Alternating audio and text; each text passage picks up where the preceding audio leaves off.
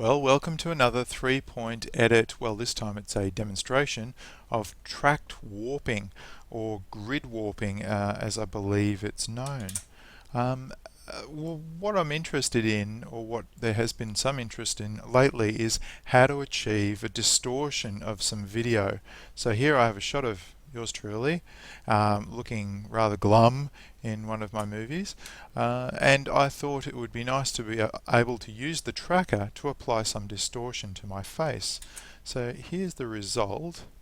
I've distorted my face and then applied the distortion across a tracked series of frames. If I play this back, you can see that the distortion carries on throughout.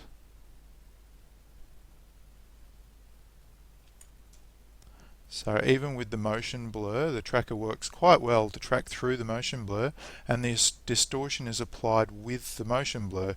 So it's not a paint over effect at all. It's not a very healthy looking smile. It reminds me a little bit of Jack Nicholson in the original Batman movie. But anyway, you get the idea. I guess I could have done a change of expression with the eyes, or enlarge the nose, reduce the ears, or something like that. Of course, there is all sorts of different reasons to use a grid warp, as you may have seen in other applications like Nuke, etc. Or even Photoshop has a patch warp, but of course it doesn't have the tracking capability. So how did I do that? Let's leave the VSE, or the sequence editor, and pop over to tracking. So here's me tracked. I've tracked a whole bunch of stuff, but really they were to play with the new plane track function, and I didn't really need all of those. I really only needed this corner track on my mouth, which worked quite well all the way through. What did I do with this corner track on my mouth? Well, first of all, I applied that to, we'll pop over to reconstruction. I applied that corner track to an empty on the screen, on the 3D screen, so a piece of geometry, so that I could see in relation to the image what was happening in 3D space. But most importantly, what I needed to do was create 2D stabilization. So I've locked this portion of the image, and if I do turn on lock to selection, this is the effect that we get. I'll just play through this series. Play. So it's locked around this corner track, or where my mouth is. And you can see that it's rock steady. So now I've effectively made my face not move across the screen, just stay in that one location in the middle of the frame. And that'll come in handy when I want to apply this to an image plane. And I'll show you how I've done that in the 3D view. So let's stop that playback. I'll pop over to default 3D. So I have the background image mapped, and I created from the first frame, I'll jump back to the first frame, I created a mesh here, heavily subdivided mesh. I didn't know quite what I was going to do first, but anyway, it should be able to cover all distortions quite well without any triangulation, I hope. Now in this case, what I did was I created a subdivided plane, and then I created a blank 16 by 9 or pixel matched image to unwrap that on. And if I select all of that, you can see that I've unwrapped it into the screen space, so that it overlaps at exactly the same place on my original source video. So this is the correct coordinates for my face in the initial position.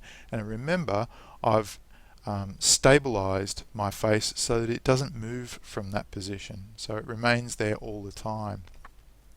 And then I use that information and distort it so that it's static all the time. So let's pop back to default view. Now, I'm a terrible 3D animator and I forgot completely how to hook and distort with vertex groups, which I should have been able to animate, but I couldn't do that because I was a dummy and forgot, and I didn't even look back at my other video where I've already demonstrated this. But anyway, I distorted the I distorted the vertices after performing a UV unwrap, which meant that at all the locations where it was a regular grid, I was able to stretch the image. Okay, so it comes up with this sort of smile effect that you can see here. Okay, now let's take that useful information and pop over to compositing. So in the compositor, what we started with was the movie clip. Here it is. That's just a straight movie clip in. And where does that go first? So first it goes over here and becomes the background or untreated image. And that goes out to composite view.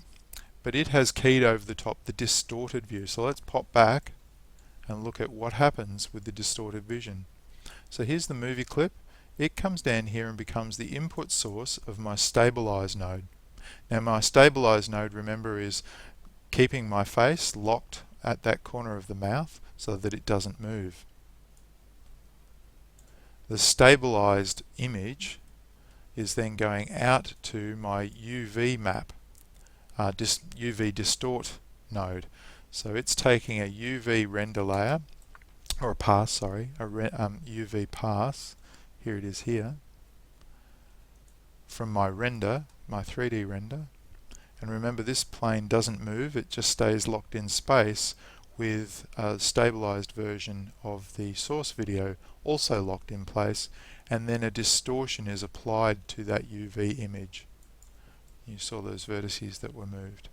Now I need to restore the motion of that distorted plane or distorted image back to the way it was. So I need to turn off the 2D stabilization. So what I do there is I take my offset, which is generated on that clip, the X and Y axes, which are the track values from the 2D stabilize. I invert them, so multiply by -1 for X and Y, and I put that into a translate node, which has the distorted image coming from the UV distort. So that goes in there. Then I move over, use that translated or restored motion version of the image as the overlay in the alpha node.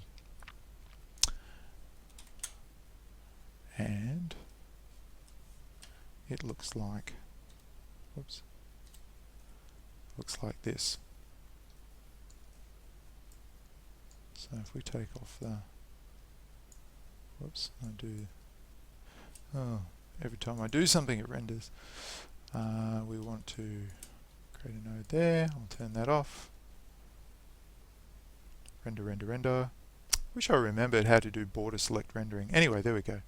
So that's the background, and here is that little square that we saw earlier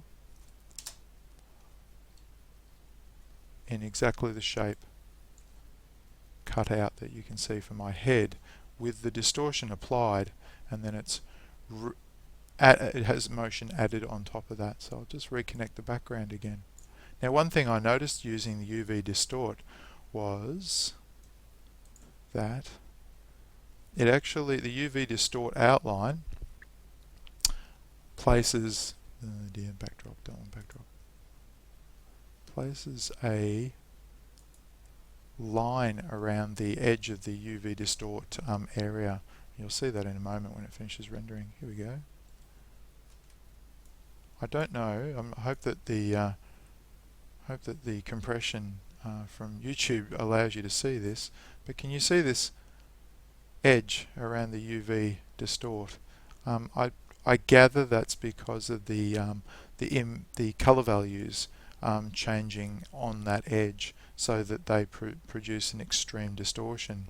In order to overcome that, I've applied dilate a road to the alpha that's coming off of this this image. So I had to separate into RGB, pull out the alpha, erode it a couple of pixels, and then put it back in. This switch is just here so I could demonstrate that. Let me turn it back off again. I probably should have done this with a separate viewer node. It would have been easier. But there you go. It's gone now. So it's just a matter of taking that away. I don't understand why it has that little line around there. Unless it's a bug. I can't say that it's a bug, I suppose, except in this application. So there we go. Now we have a restored tracked distorted image, and I should be able to animate the distortion if I understood how to do animate hooks properly. Of course, the feedback isn't very straightforward. Also, in this scenario, because the background video won't show you the stabilized version, the face continues to move. So it moves out of the way, and now I can't see. Whoops. Oh, sorry for that crash. So what I was explaining was that due to the nature of the background image, I cannot track this plane because I need it to stay locked in one place, so I can remove the motion using the 2D stabilize and then reapply it to this plane afterwards. But I need the plane to remain in space because I'm using the UV properties. Now if the UV properties moved across the plane, there would be no way of applying camera projection on top of that because you want it to distort. So you need to have the undistorted version applied with the UV on top. If the UV moves, then you're reprojecting on every frame, and that wouldn't be of help. Anyway, that's a long way around saying that if my face moves over time and I wanted to move an empty to track on my mouth or something like that, then I wouldn't be able to do it.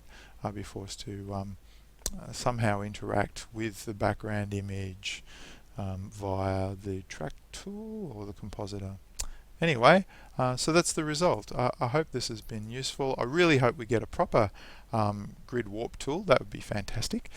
But for the time being, I guess we're stuck with this version instead. So I'll try and leave the blend file in a link somewhere or on a BA forum thread. Thanks again. And hopefully the developing team might look at implementing a real grid warp. That would be awesome. Thanks very much for listening.